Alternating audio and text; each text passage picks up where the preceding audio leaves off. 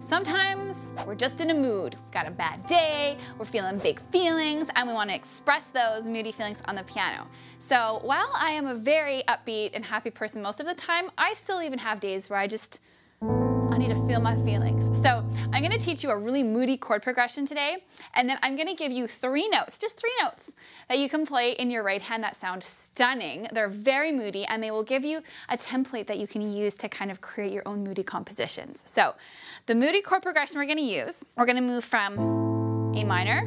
You could do this in any key. So this is the 6, and then we're going to go to F, which is the 4, for basing this in the key of C. And then we're going to go to the 5, and then we're going to go to the 3. Ooh, it's already feeling moody. So just get comfortable moving between those chords. And you're going to start to feel moody already. So now's the fun part. We're going to kind of keep that progression going in our left hand, but we're going to play with 3 notes that are going to sound beautiful in our right. So we're going to play, basing this on the A minor scale. It's the 2, the 3, and the 7. So if we play them in this order, watch how it sounds over top of this left hand, following that same progression.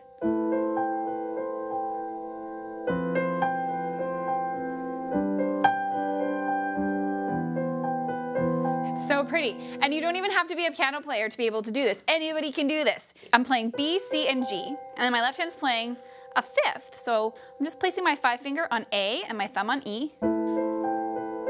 And then I'm moving down to F, so same deal there. 5 on F, 5 on G, and then 5 on E. And if you wanted to build a little bit more intense mood, you could kind of start to build rhythm in your left and bring everything down a bit.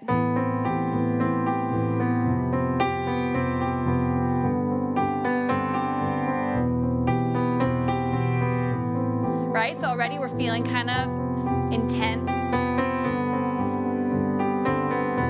So now what happens if we switch those notes around? So instead of playing them going up, we're going to actually swap the order. So we're going to go, sounds good, right?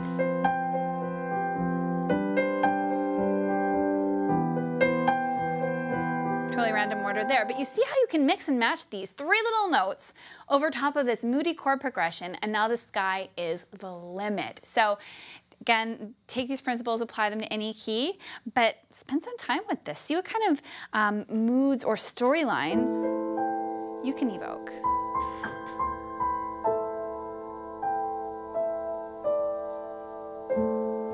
Have fun!